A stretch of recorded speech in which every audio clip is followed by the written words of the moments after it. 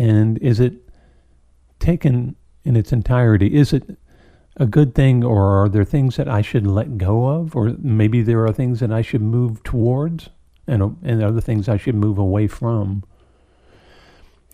Part of this is stemming from a book that I have begun to read. It's called The Power of Decision by a guy named Raymond Charles Barker. And it has, for me, some, I don't want to say alarming suggestions, but I'll say alarming, for me anyway. The idea that it's time to take stock of yourself and maybe let go of things. Not maybe, actually. It's time to take stock of yourself and let go of things. In his words, say no to things that are no longer productive. Maybe I'm at a point in my life, maybe we're all at a point in our lives.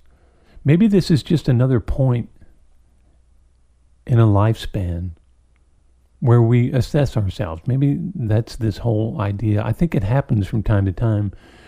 I know it happens in your 20s, but you're really not armed with enough information or experience for it to make a lot of sense. It happens for men in a serious way, I believe, beginning in their 40s, as they kind of assess themselves relative to the rest of the world, relative to the energy that they've expended and what lies ahead.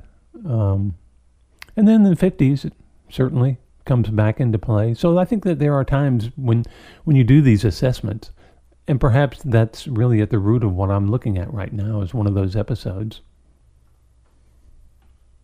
I don't think it's necessarily a months-long project to do this kind of evaluation of your as-is model.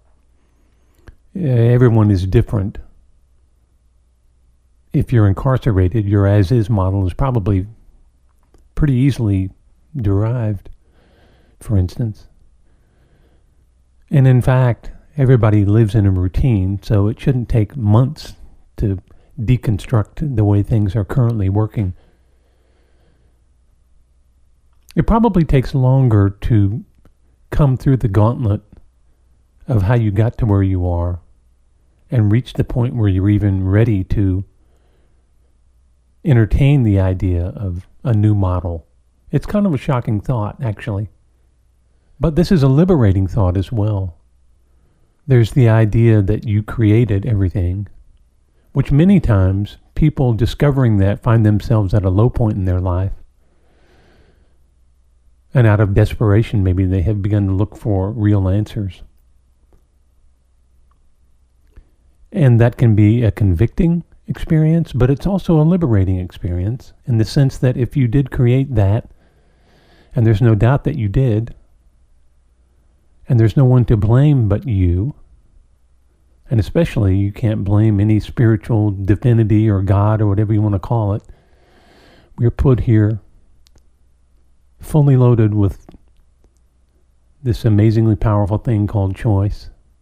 Certainly there are aspects of our upbringing that come into play, but there are certainly also points where our upbringing begins to fall away, kind of like a gantry falling away from a rocket launching.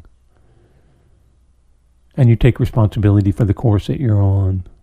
And once you realize that, then this is very empowering. This idea that, yeah, I created this, and now I can't wait to see what else I can create.